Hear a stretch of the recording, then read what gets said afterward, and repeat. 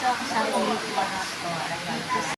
Sa iyong ngiti, ako'y nahuhumaling.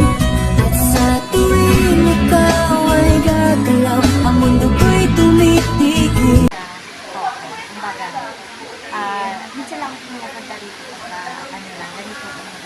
Dito wala ako na ibang mapuntahan. So, ayan, nasa likod ko yung tinda nila. So, kailangan natin yung background para makita nyo naman Pinoy na Pinoy dito. So, ayan siya guys. Medyo konti na lang yung paninda nila. Ayan.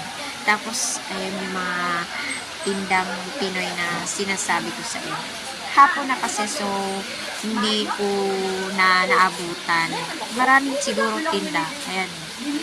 Na ano. Tsa. Ayan. Tagalog. O, diba? Maraming paninda. May ano, biko. Tsaka to. Kachinta. So, pagpasok natin sa loob. Ayan. Marami naman dyan. Marami naman ano, Pinoy.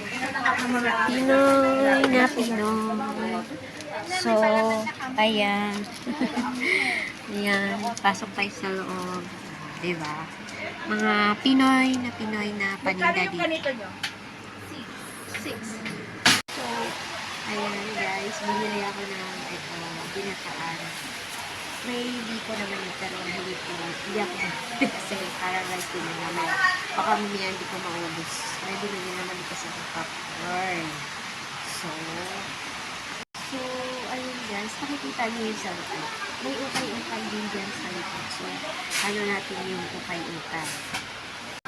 Malapit sa Pinoy store, yung ukay-ukay.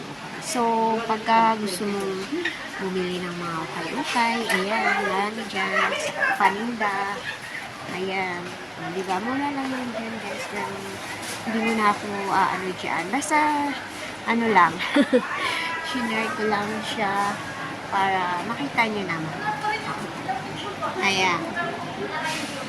So, tapos na tayo sa ukay-ukay, tapos na tayo bumili ng pagkain, so tayo naman ito din naman. Ano din yun? Siguro na Filipino store.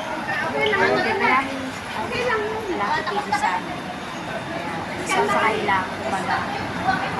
Or lang para sa akin. Kaya, madali na. Tsaka, uwi na ako kasi tapos na ako. So, ayun lang guys, share ko lang sa inyo yung meron ding dito sa kumbaga, sa